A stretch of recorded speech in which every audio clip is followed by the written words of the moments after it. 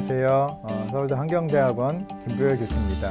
오늘은 이제 두 번째 강의를 진행하려고 합니다. 지속가능 발전을 위한 새로운 접근, 사회적 경제라는 주제로 두 번째 강의를 진행하도록 하겠습니다. 첫 번째 강의 시간 때 우리 유엔이 2015년도에 설정한 지속가능 발전 목표 17개를 같이 한번 쭉 살펴보았습니다. 이 지속가능 발전 목표는 사실 우리가 목표이기도 하지만 동시에 우리가 앞으로 해결해야 될 문제점들이에요. 그러면은 이러한 문제점들은 왜 생길까요? 이 문제점들이 생기는 이유를 저는 크게 두 가지 측면에서 살펴볼 수 있다고 생각을 합니다. 시장 실패와 정부 규제의 비효율성, 정부 실패 때문에 이런 문제점들이 계속 발생하고 고쳐지지 않는다 이렇게 얘기할 수 있겠습니다. 이 시장은 제한된 재화를 가장 효율적으로 분배할 수 있는 아주 강력한 힘입니다. 그런데 이 시장이 완벽하지는 않습니다. 이 시장이 실패할 때가 많아요. 어떤 때 실패할까요?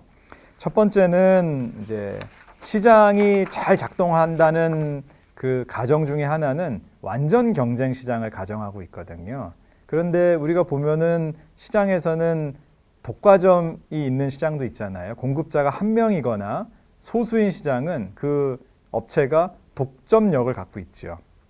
그래서 독과점 기업은 가격 수용자가 아니라 자기가 가격을 결정할 수 있어요. 그래서 이 독과점 기업은 자기의 이익 극대화를 위해서 완전 경쟁 시장이었다면은 생산할 균형 생산량보다 훨씬 적은 양의 재화를 생산하게 됩니다. 그렇게 되면은 우리가 그 자중 손실, 데드웨이트 로스라고 얘기하는데요. 데드웨이트 로스가 발생을 하면서 사회 전체적인 후생이 완전 경쟁 시장에 비해서 줄어들게 됩니다. 그래서 이 불완전 경쟁 시장이 대표적인 시장 실패의 이유 중에 하나입니다. 두 번째는 외부성 때문인데요. 이 외부성이라는 건 어떤 개념이냐면요. 어떤 경제 주체의 활동이 본인이 아닌 다른 사람에게 긍정적 또는 부정적 영향을 끼치는 현상을 외부성이라고 얘기를 합니다. 근데 왜 외부성 때문에 시장이 실패하는가 생각해 보면은요. 먼저 긍정적 외부성 효과를 한번 생각해 볼까요? 제가 과수원을 운영하고 있는데요. 우연하게 제 과수원 주변에 양봉장이 들어왔어요. 그러면 벌들이 많아지니까 제 과수원의 생산량이 더 좋아질 수 있겠죠. 그래서 양봉장 덕분에 제가 과수원 운영하는데 혜택을 봤어요. 근데 제가 돈을 낸 건 없어요. 이런 게 이제 긍정적 외부 효과지요. 부정적 외부 효과는요. 환경 오염 같은 대표적인 게 환경 오염이에요. 이렇게 기업이 생산 활동을 하면서 수질과 대기를 오염시켰을 때 이 기업이 그 환경 오염 비용을 100% 충분히 부담하지 않는데 그 피해는 많은 다수에게 돌아가게 되는 거죠. 근데 이게 왜 문제냐? 긍정적 외부 효과가 있으면은요, 저는 그냥 혜택을 무상으로 받게 되는 거죠. 그러니까 제가 과수원을 위해서 투자해야 될 만큼 필요한 투자를 덜 하게 되겠죠. 부정적 외부 효과는요, 기업이 만약에 환경오염 비용을 100% 다 부담했다면은 생산량을 한 100만큼만 했었을 텐데, 환경오염 시켜도 그 비용을 내가 부담을 안 하네. 그러니까 부정적 외부 효과가 발생했었을 때는 사회적인 최적 생산량보다 더 많이 생산을 하게 됩니다. 긍정적인 외부 효과가 있었을 때는 사회 최적 생산량보다 더 적게 생산하게 되고, 부정적 외부 효과가 있었을 때는 더 많이 생산하게 되는, 이래서 자원 배분의 비효율성이 발생하면서 시장 실패가 발생합니다. 그러면 이 외부성을 도대체 어떻게 극복할 수 있는가? 긍정적인 외부 효과는 우리가 보조금을 줘서 더 많이 생산해라 이렇게 더 이제 긍정적으로 지원을 해줄 수 있겠고요. 부정적 외부 효과에 대해서는 너네가 이 환경 오염시키는 비용을 충분히 감당 안 하니까 생산을 더 많이 하네. 그럼 거기에다가 세금을 부과해서 사회적으로 최적의 생산량을 도출하는 방안을 검토해 볼 수 있겠죠. 세 번째는 공공재인데요. 이거 외부성이랑 약간 좀 비슷합니다. 근데 이 공공재는 두 가지 특성을 갖고 있어요. 첫 번째는 비경합성, 그다음에 비배제성입니다. 비경합성이라는 건 뭐냐면은 여러 사람이 동시에 함께 소비하여도 그 가치가 변하지 않는 경우를 비경합성이라고 얘기합니다. 그다음에 비배제성은 다른 사람이 해당 재화를 사용하는 것, 소비하는 것을 막을 수 없을 때 비배제성이라고 얘기합니다. 이게 공공재의 두 가지 특성이에요. 우리가 개인이 쓰는 사유재는 경합성과 배제성을 갖고 있습니다. 자, 그러니까 이제 제가 사과 하나를 샀어요. 그래서 그 사과를 제가 먹었어요. 그러면은 이미 사과가 없어졌으니까는 경합성이 있는 거지요. 그리고 내 사과니까 다른 사람이 그 사과를 먹을 수 없죠. 배제성이 있는 거지요. 그런데 이 공공재는 이 경합성과 배제성이 없어요. 대표적인 게 국방과 외교지요.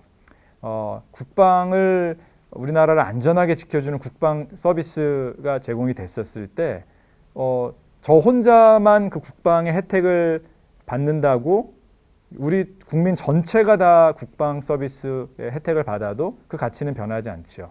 그리고 누구는 국방 서비스를 받게 하고 누구는 못 받게 하고 배제시킬 수도 없는 거죠. 이게 이제 대표적인 이제 공공재의 특성인데요. 어떤 공공재는요, 예를 들어서 무료 국도 같은 경우도 이제 공공재로 볼 수 있는데, 이제 무료 국도는 그 비배제성은 있어요. 그러니까 무료 국도를 누구는 가고 누구는 못 가게 막을 수는 없겠지요. 그런데 경합성은 있어요. 왜냐하면은 모두가 다 무료 국도를 이용하게 되면 길이 막히겠지요. 그러면서 예전처럼 빠르게 운행을 못하기 때문에 이런 경우에는 무료 국도 같은 경우는 공공재지만 비배제성은 갖고 있지만 비경합성은 없는 경우라고도 할 수 있겠습니다. 이 공공재의 경우에 어떤 문제가 생기냐면은요, 그 긍정적 외부성 효과랑 좀 비슷합니다. 이 공공재는 무임승차 효과가 생겨요. 그러니까 어떤 거냐면은 공공재가 제공이 되면은 이제 배제를 시킬 수가 없으니까 개인 입장에서는 네가 공공재 제공해, 나는 그냥 무임승차에서 혜택만 볼게. 서로가 다 이렇게 생각하다 보니까 이 사회적으로 필요한 공공재의 양이 항상 과소 공급되는 문제가 있습니다. 그럼 이런 걸 어떻게 해결할까요? 국방부와 외교처럼 정부가 직접 공공재를 공급하는 방안도 있고요. 또 아까 긍정적 외부성 효과를 해결하기 위해서 공공재를 생산하기 위한 민간 부분에다가 보조금을 지원해 줄 수도 있겠죠. 자, 네 번째 시장 실패는요, 정보 비대칭성입니다. 거래자와, 그러니까는 사는 사람과 파는 사람, 이 거래자 사이에 정보 격차가 존재하는 경우에도 시장 실패가 발생을 합니다. 어떤 경우에 이런 정보 격차가 생기냐면은, 예를 들면은 우리가 중고차 시장을 생각해 볼 수 있겠죠. 중고차 시장은요, 차를 파는 사람들이 정보를 더 많이 갖고 있어요. 자기가 타던 차니까 어디가 고장났는지 어디가 문제인지 잘 알고 있겠죠. 중고차를 사려는 사람들은 겉은 멀쩡해 보이는데 이 차가 어떤 차인지를 알 수가 없는 거죠. 자, 그러면은 이제 어떻게 되냐면은 정말 시장 가격보다, 중고차 시장 가격보다 훨씬 더 질이 좋은 중고차는 판매자들이 안 팔겠지요. 그리고 그 시장 가격보다 좀 질이 안 좋은 물건들만 내놓게 되다 보니까 그러면 중고차에서 나오는 매물들은 계속 안 좋아지고, 그러면서 이제 시장이 이제 붕괴되는 현상이 발생될 수 있고요. 건강보험은 어떨까요? 이거는 소비자가 정보 우위를 갖고 있어요. 그러니까는 건강보험을 파는 보험업체는 제가 얼마나 건강한지, 건강에 문제가 있는지를 속속들이 알 수는 없지요. 그래서 이 건강보험을 제시했었을 때 시장에서 건강한 사람들은 나는 필요 없을 것 같은데 이러면서 건강보험을 안 사게 되고, 건강이 안 좋은 사람들만 이 건강보험을 사게 되기 때문에 그러면 결과적으로 이제 건강보험 회사가 망할 수 있는 거죠. 이런 게 역선택이라고도 불려지는데요. 그래서 이 거래자 사이 간에 정보가 서로 격차가 존재하기 때문에 이런 시장 실패, 정보 비대칭으로 인한 시장 실패가 생기고요. 그 왜 생기냐? 이런 역선택, 건강이 안 좋은 사람들만 이 건강보험을 사려고 하고 품질이 안 좋은 중고차만 내다 팔려고 하다 보니까 이런 역선택 때문에 이제 시장이 실패하고요. 또 우리 자동차 보험 한번 생각해 볼까요? 제가 보험 없었을 때 운전을 천천히 안전하게 하다가 이제 보험을 사고 나니까 이제 뭐 안전하고 또 사고 나도 다 보험이 처리해 주겠지. 그러면서 좀 운전을 또 막 할 수 있잖아요.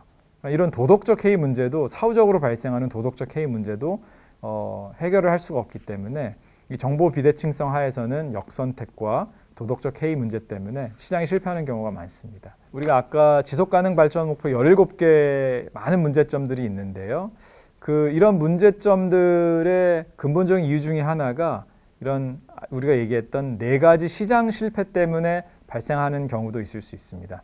독과점 때문에 그럴 수도 있고요. 외부성 효과 때문에 그럴 수도 있고요. 공공재 제공이 원활하지 못해서 그럴 수도 있고 정보 비대칭 때문에 그럴 수도 있습니다.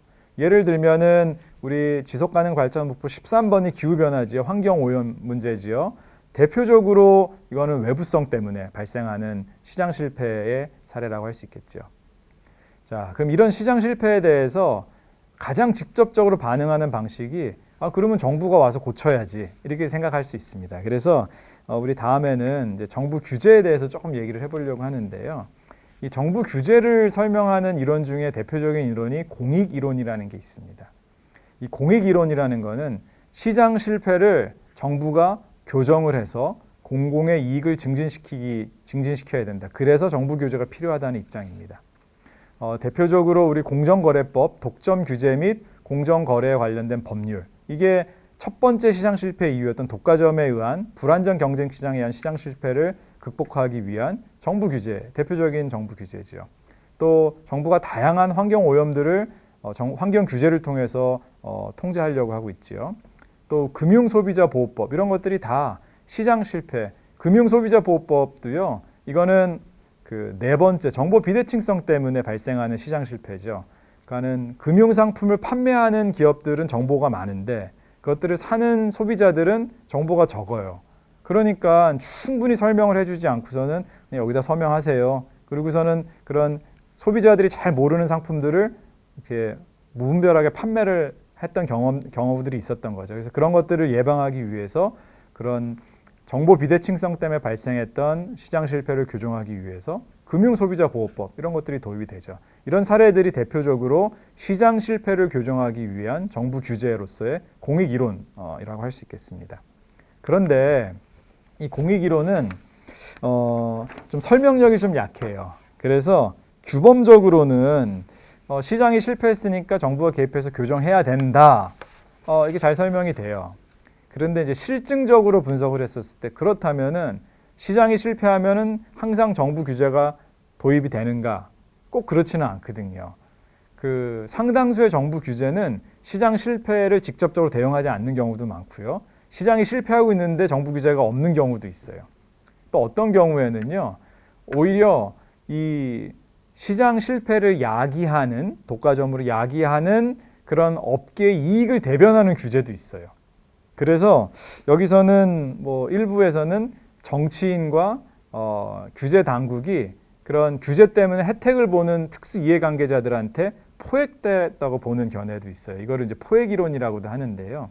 근데 이 포획이론도 공익이론의 한계를 잘 비판을 하지만 이론 자체로도 문제가 좀 많습니다. 이 포획이론은 왜 그러면 정부가 이런 특정 이해관계자의 포획이 되는지, 업계가 반대하는 규제는 그러면 어떻게 생기는 건지에 대한 설명력이 좀 약하지요. 그래서 이 정부 규제 관련돼서 설명하는 이론 중에 이제 경제적 이론이 있어요. 이거는 이제 경제학에서 얘기하는 수요 공급의 원리로 정부 규제를 설명하는 건데요. 그러니까 설명 아이디어는 되게 간단합니다. 그러니까 규제를 원하는 집단에 규제 수요가 있는 그 이익 집단이 있다는 거죠. 그래서 자신들의 이익을 극대화하기 위해서 다양한 규제를 요청을 하고, 규제를 공급하는 사람은 정부지요. 정부도 자신의 정치적 지지를 극대화하기 위해서 그 규제를 제공하고, 그래서 이 수요와 공급이 만나는 지점에서 정부 규제가 결정이 된다라고 설명하는 이론도 있습니다. 오늘 2번째 강의에서는 앞에 첫 번째 강의에서 얘기했던 지속가능 발전 목표 17개에 대해서 이게 목표이자 동시에 문제점이다 이렇게 얘기를 했었습니다. 이 문제가 왜 생기는가에 대해서는 시장 실패와 정부 규제의 비효율성으로 얘기를 했었는데요. 시장 실패는 크게 4가지에 대한 이유를 얘기했었죠. 독과점에 의한 불안정 경쟁 시장 때문에 시장 실패가 발생하고, 2번째는 외부성이 있었을 때, 3번째는 공공재 보급할 때에도 시장 실패가 발생하고, 정보가 비대칭이었을 때도 시장 실패가 발생합니다. 이런 문제들 때문에 지속가능 발전 목표에서 얘기하고 있는 많은 문제점들을 우리가 고민하고 있는 거죠. 한편으로는 이런 시장 실패를 교정하기 위해서 정부가 다양한 규제를 도입을 했는데요. 그 규제를 설명하는 공익이론도 있었고요. 포획이론도 있었고, 이게 규제를 원하는 측과 공급하는 측의 수요 공급이 맞이하는 데서 만나는 지점에서 정부 규제가 공급된다라는 규제에 관련된 경제적 이론도 있었습니다. 그런데 중요한 점은 정부가 이 시장 실패를 교정하기 위해서 정부 규제를 한다고 해서 그 문제가 다 해결되느냐? 꼭 그렇지는 않습니다. 오히려 정부 규제 때문에 오히려 더 큰 문제가 발생하는 경우도 많습니다. 그래서 이 지속가능 발전 목표를 달성하기 위해서 우리가 이 문제점들이 생기는 이유로 시장 실패와 정부 실패에 대해서 정부의 비효율성에 대해서 간단하게 얘기를 했는데요. 그러면 어떻게 해야 될까? 그 얘기를 이제 세 번째 강의에서 좀 얘기를 하려고 해요. 이제 세 번째 얘기는 그렇다면은 이 지속가능 발전 목표를 달성하기 위한 새로운 접근으로 우리 사회 혁신에 대해서, 사회적 경제에 대해서 한번 좀 얘기를 해보자. 이 얘기를 좀 하고 싶은데요. 제가 생각하는 사회 혁신은 시장 실패와 정부의 비효율성을 극복할 수 있는 창의적 접근 방법을 저는 사회 혁신이라고 생각을 합니다. 그래서 다음번 세 번째 강의에서는 우리 지속가능 발전 목표를 달성하기 위한 새로운 접근, 사회 혁신, 사회적 경제에 대해서 좀 다뤄보도록 하겠습니다. 감사합니다.